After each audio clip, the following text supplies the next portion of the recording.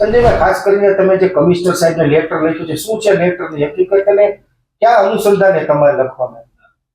Junagadh municipal કોર્પોરેશનની અંદર અત્યારે ચોમાસા પછીની જે સ્થિતિ છે એ ખૂબ જ ગંભીર પ્રશ્ન છે.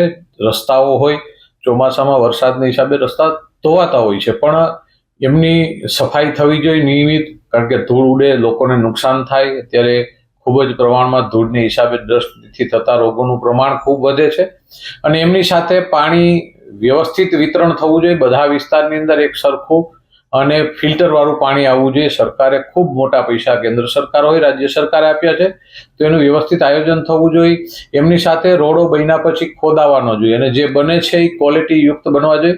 ભૂગર્ભ ગટર અને ગેસની પાઇપલાઇનને હિસાબે જે રસ્તાઓ ખરાબ છે ત્યાં પેચવર્ક થવું જોઈએ તાત્કાલિક. લોકો ખૂબ હેરાન થઈ જાય છે. ચોમાસામાં ન થાય આપણે સમજી શકીએ છીએ, પણ હવે પૂર્ણતા થયું છે ત્યારે લોકોના પ્રશ્નોને ધ્યાન આપવું જોઈએ.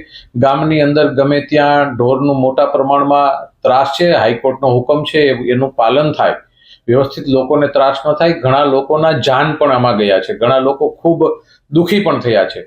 ઘાસચારાનું જાહેરનામું છે કલેક્ટરશ્રીનું, પણ એમનું પણ અમલ થતો નથી. ગમે ત્યાં વિધર્મીઓ દ્વારા ખૂબ મોટા પ્રમાણમાં ઘાસચારો વેચી અને ત્યાં ગંદકી કરવામાં આવે છે અને રોડ ઉપર આ ઢોરનો જમાવડો કરવામાં આવે છે. ઘણા લોકોને એનાથી ઈજા પણ થઈ છે.